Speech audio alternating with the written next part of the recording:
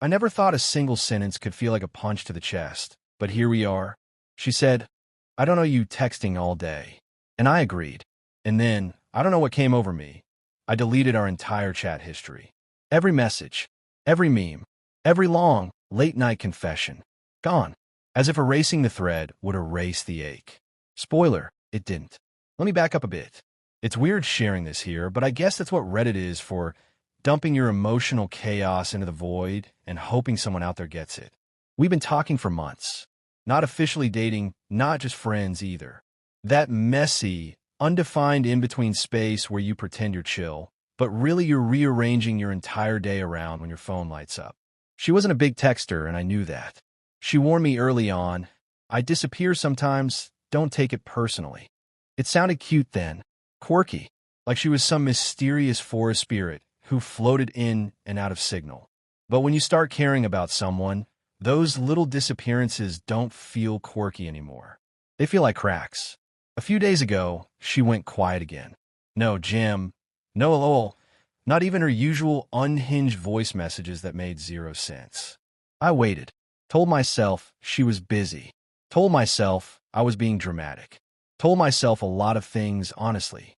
When she finally responded, I asked if everything was okay. Nothing heavy, nothing accusing. Just a gentle, hey, haven't heard from you. And that's when she dropped that line. I don't know you texting all day. It wasn't cruel, just blunt, honest, maybe too honest. I typed, you're right, then stared at the screen for a long time before hitting delete on our entire chat. I don't even know why.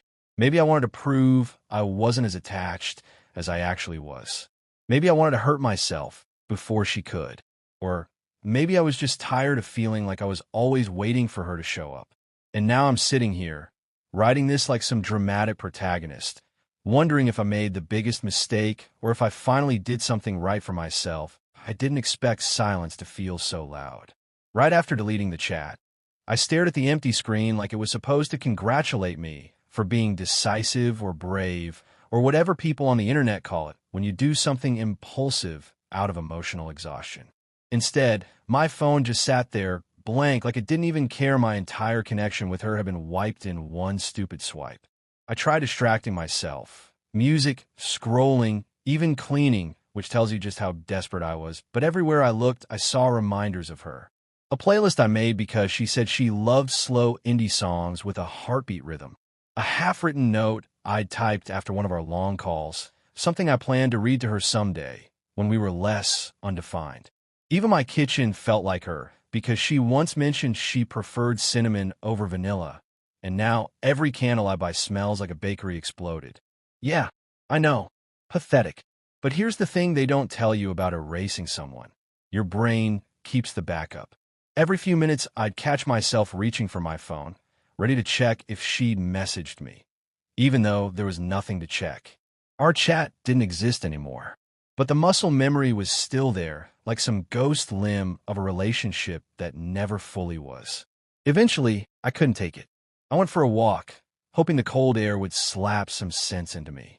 The sky was this heavy shade of gray, like it was mirroring my mood on purpose. I kept replaying her words over and over. I don't know you texting all day. It wasn't unfair. She had a life. A busy one.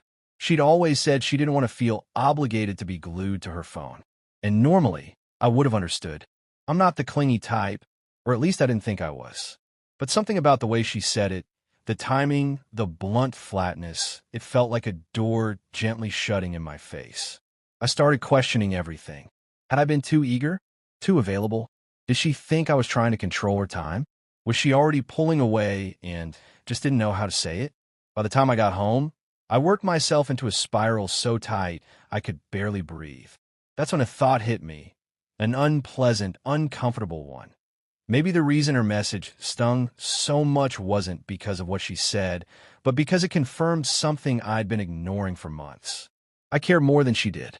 Not in a dramatic, one-sided love story way. She cared. I know she did. But she cared in soft, sporadic bursts, and I cared constantly. She loved in waves, and I was drowning in the tide. That imbalance, it became the quiet, invisible tension between us. But deleting the chat wasn't the closure moment I imagined. It didn't give me peace. It just left me with this hollow space where our digital history used to be. All those little moments, the jokes, the confessions, the screenshots of random things we thought the other would laugh at. They were the timeline of something that mattered, even if it wasn't perfect. And I'd erased it. Part of me expected her to notice. To text me, WTF, where did our chat go, or did you block me? Or even just a simple something, anything. I kept imagining her reaction, trying to predict how she'd respond. But nothing came. Not that day. Not the next. Her silence hit harder after I deleted everything, like karma for trying to cut her off emotionally before she could hurt me. On the third day, I cracked. I went back to her name and my contacts and hovered over it like it was some kind of detonator. I wanted to message her. Not to fix things, just to say something. Anything. Even hey would have been enough to relieve the pressure building in my chest. But I didn't. Because what would I even say? Sorry I deleted our entire conversation like a dramatic movie villain. Hi. I miss you even though we weren't officially together, and I'm embarrassed by my own feelings. No, absolutely not. Instead, I closed my phone again and sat there with that awful mixture of frustration and longing. It felt like trying to quit an addiction you don't actually want to quit.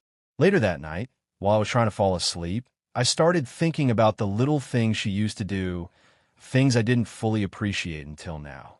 The random voice messages where she'd laugh halfway through her own joke. The photos of her cat sleeping in weird positions.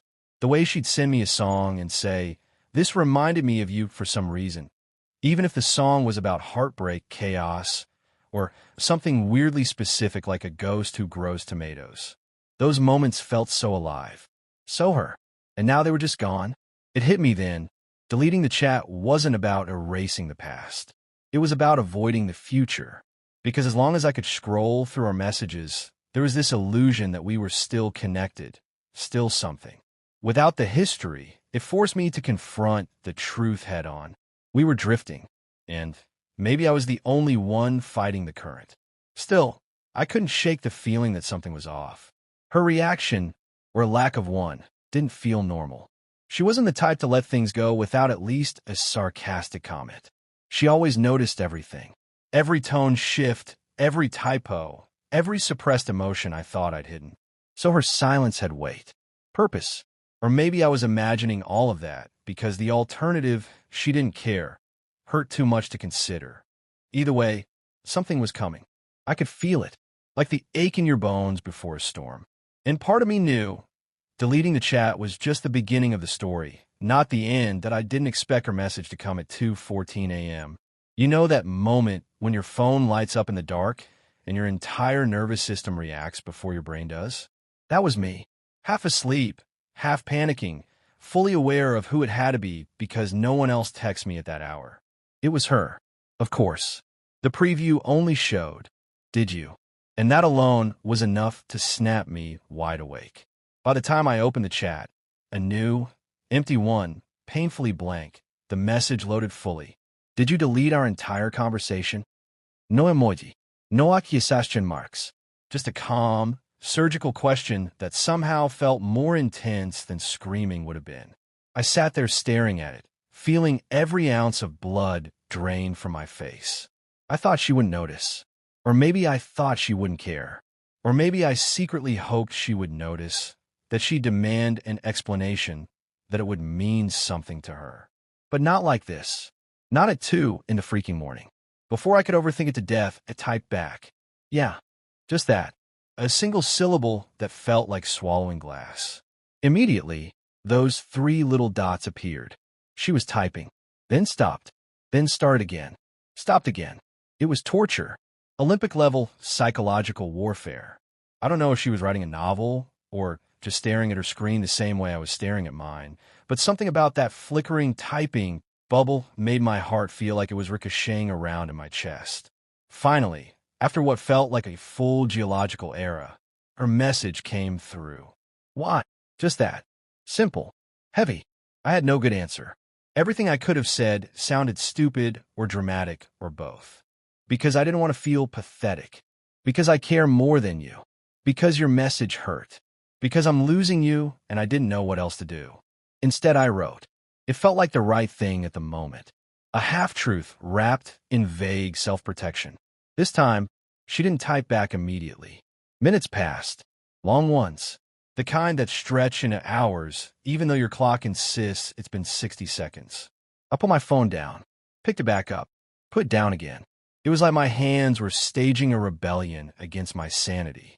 Then another message came in. You didn't have to erase everything. I wasn't going anywhere. And just like that, I felt something in my chest twist so sharply I had to sit up. Wasn't going anywhere? Was she joking? Teasing? Being sincere? I couldn't tell anymore. I wanted to believe her. God, I wanted to. But then why did every conversation feel like a coin flip? Why did I always feel like I was asking for too much by wanting consistency? Why did one blunt message from her make me spiral hard enough to wipe our entire history? So I asked, then why did it feel like you were? It wasn't an attack.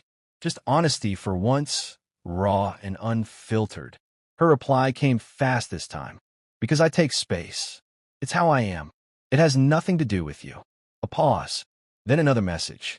But deleting everything that felt like you were pushing me away. And there it was, the sentence I've been trying not to confront. I had pushed her away. Maybe not intentionally, but the result was the same. I didn't know what to say. Apologies felt too small, explanations too messy. So I said nothing. I let the silence stretch, thinking maybe she'd fill it like she used to. Instead, she hit me with something I never expected. Can I call you? At 2:37 a.m., when I looked like a raccoon that had lost a fight, when my brain was fried and my heart was tap dancing in my throat. Still, I said, yeah. And a few seconds later, my phone rang. Hearing her voice after 3 days of silence was like someone unclenching a fist inside my chest. She sounded tired, soft around the edges, like she'd been thinking too much too. Why did you delete it? She asked again, but gentler this time. Like she wasn't interrogating me, just trying to understand the shape of the bruise. I told her the truth, well, most of it. I told her message hit me harder than I expected. That I didn't want to cling to something that felt one-sided.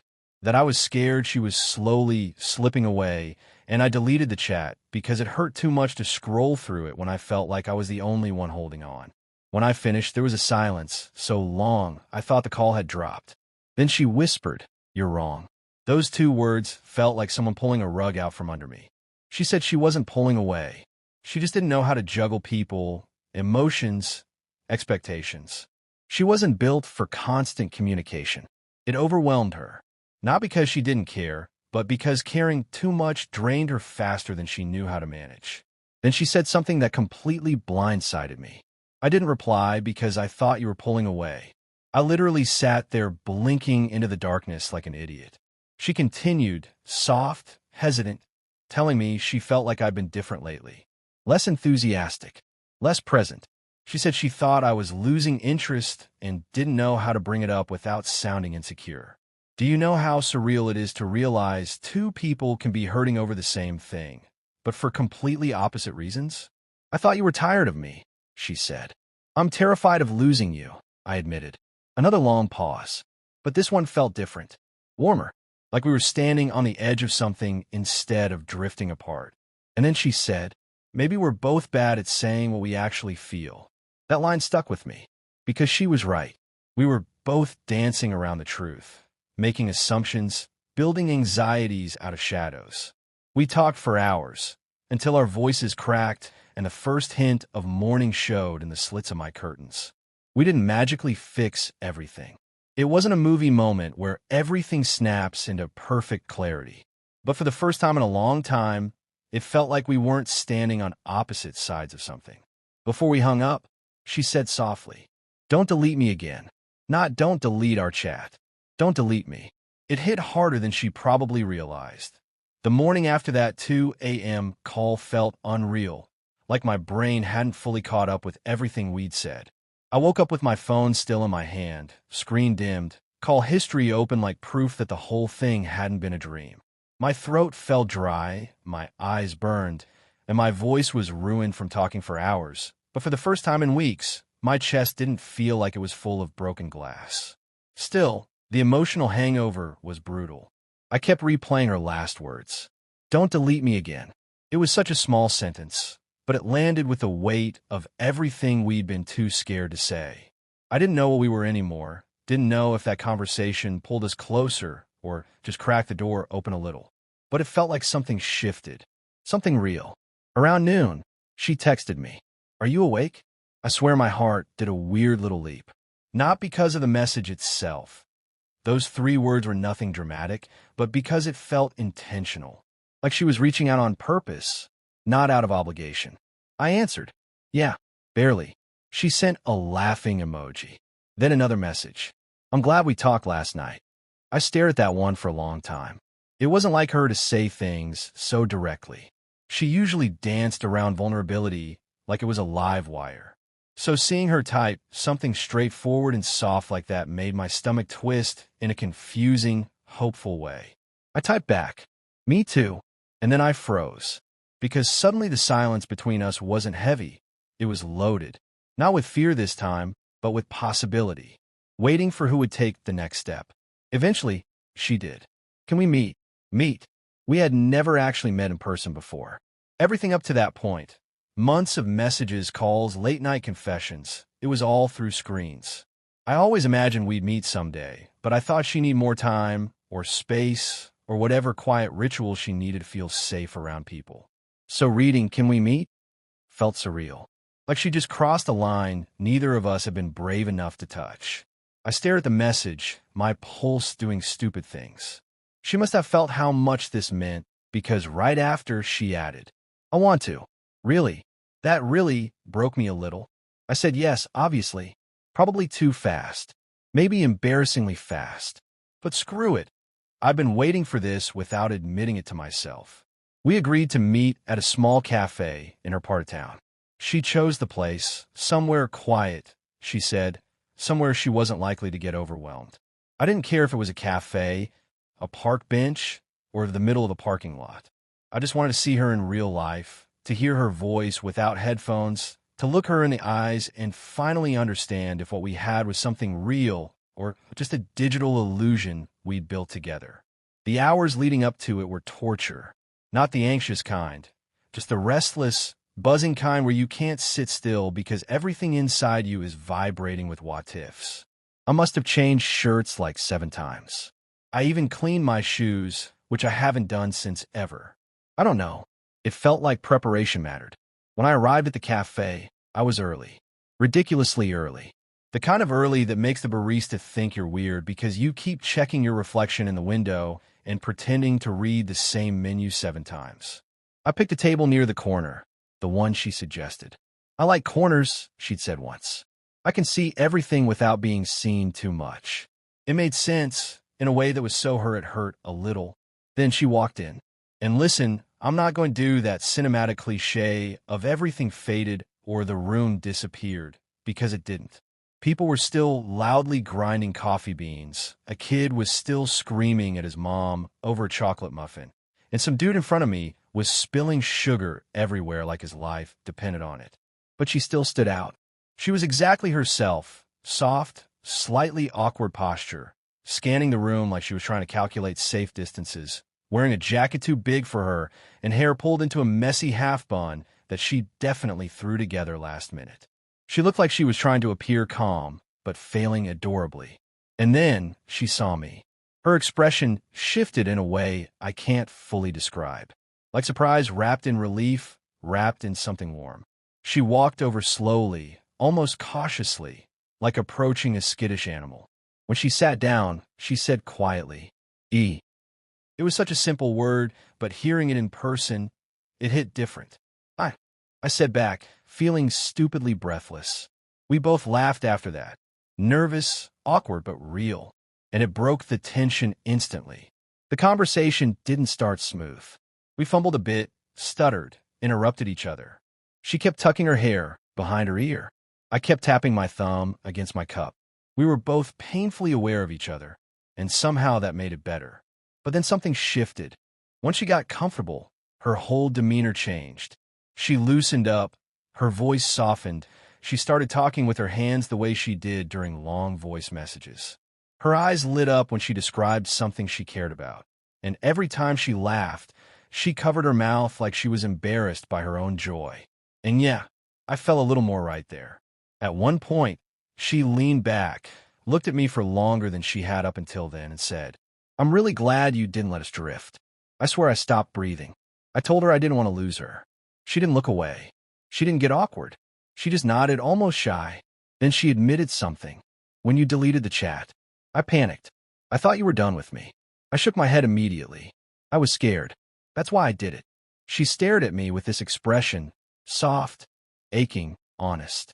The kind of look people don't give unless something in them is cracking open. "I'm scared too," she whispered, "of caring too much, of messing things up, of not being enough." And before I could even respond, she added, "But I want this, whatever this is." That was the moment I realized everything between us had been real. Messy, complicated, confusing, but real. We talked for hours. We forgot about our drinks. We forgot about everything except each other. And somewhere in the middle of that long, unfiltered conversation, she reached across the table and brushed her hand against mine. Not a full handhold, just a touch. But it felt like the beginning of something we were both finally brave enough to admit we want. If I'm being honest, I don't remember leaving the cafe. I know we walked out together. I remember the way she hesitated before stepping into the sunlight, squinting like it personally offended her. I remember the way she hugged her jacket tighter, even though it wasn't cold.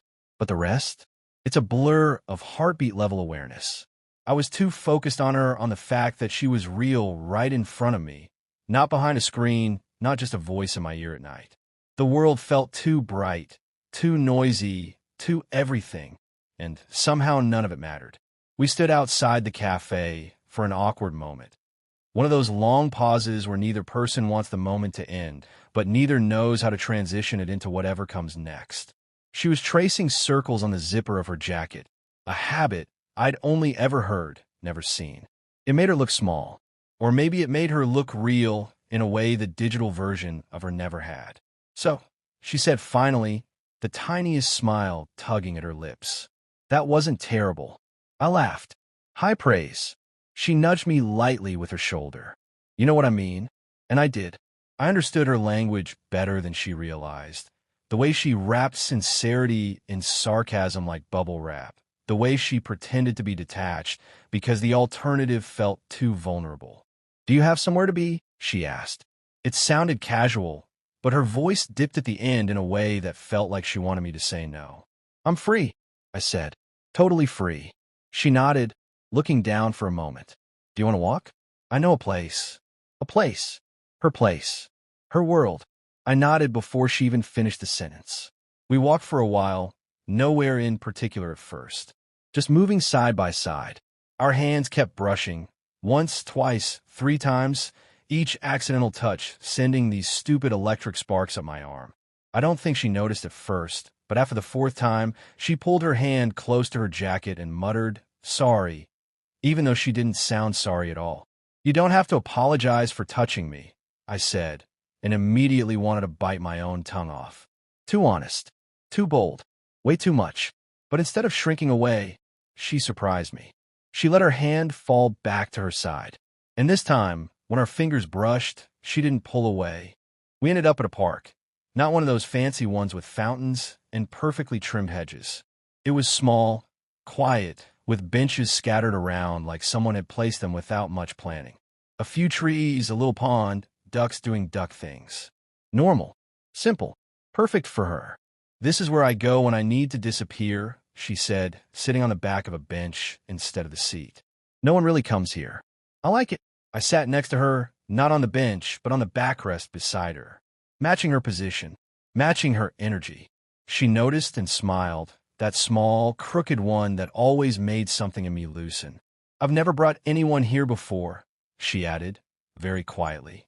That meant something. A lot, actually. More than I knew how to respond to. So I didn't try to turn it into words. I just let the moment settle between us. For a while, we didn't talk. We just sat there listening to the wind and the water and the distant sounds of a city that didn't care about our tiny emotional earthquake. Then she spoke. "I wasn't lying last night," she said. "When I said I thought you were pulling away." I turned to look at her. She didn't meet my eyes. "It scared me," she continued. "Because ikare. More than I planned to. More than I wanted to. The admission hit me like a slow-moving train. Quiet but unstoppable. I care too, I said. Probably more than I should. She let out a small breath, like I'd just confirmed something she'd been afraid to ask. You know what the stupid part is? She said. I kept waiting for you to reassure me. But I never said I needed reassurance. I just assumed you'd guess. I laughed softly. We're a disaster. A very functional disaster, she corrected. Most of the time. We both laughed at that. But underneath the joke was a truth neither of us ignored anymore. She swung her legs lightly, heels tapping the bench. Then she said something I will never forget. When you deleted the chat, it felt like you deleted proof that I mattered. It broke something in me. I didn't delete you, I said immediately. I deleted the version of us that was hurting me. I didn't want to keep rereading moments that felt better than what we were becoming. She finally looked at me, really looked. Her eyes were softer than I'd ever seen them. Then let's make new ones, she said. Just like that. A simple sentence. A beginning disguised as suggestion. I felt something warm bloom in my chest. A feeling I'd been fighting for months without knowing it. Okay, I said. New ones. Her expression softened. And for a moment, neither of us looked away. It wasn't romantic in the cliché way. No dramatic music, no cinematic lighting. Just two people finally stepping out from behind all their fears and miscommunications. Can I? She began, then paused, visibly debating with herself. Can you what? I asked gently. She inhaled sharply, then held out her hand. Not dramatically, not confidently, just a quiet offering. A small, trembling gesture that said more than any long message or late-night confession ever had. I took it. Her fingers curled around mine like she'd been waiting for this, hesitant at first, then firmer, warmer. She exhaled in relief the moment our hands fit together. And that was it. No kiss. No dramatic declaration. Just her hand in mine, her thumb brushing the side of my finger in the softest, most real way possible. We stayed like that for a long time. Talking, laughing, falling into comfortable silences. Watching ducks fight over bread with an intensity that honestly looked like organized crime. It was perfect in its ridiculousness. Eventually, the sky started turning orange. She squeezed my hand once, barely enough to feel, but enough to understand. I'm glad you didn't walk away, she said. I'm glad you asked me to meet, I replied. Her smile then, I swear it felt like sunlight. Before we parted, she looked at me like she was gathering courage again. Can we take it slow? She asked. But take it. I nodded. Slow is fine, as long as it's with you. And for the first time since the whole mess began, everything felt right. Not perfect, not resolved, not tied in a neat bow. Real, earned, honest. We didn't decide what we were that day, but we decided what we wanted to be. And that was enough. Maybe this isn't the kind of relationship story people expect. No grand gestures, no explosive drama. Just two flawed people figuring out how to not lose something that scared them because it meant something. But it's ours. And for now, that's everything.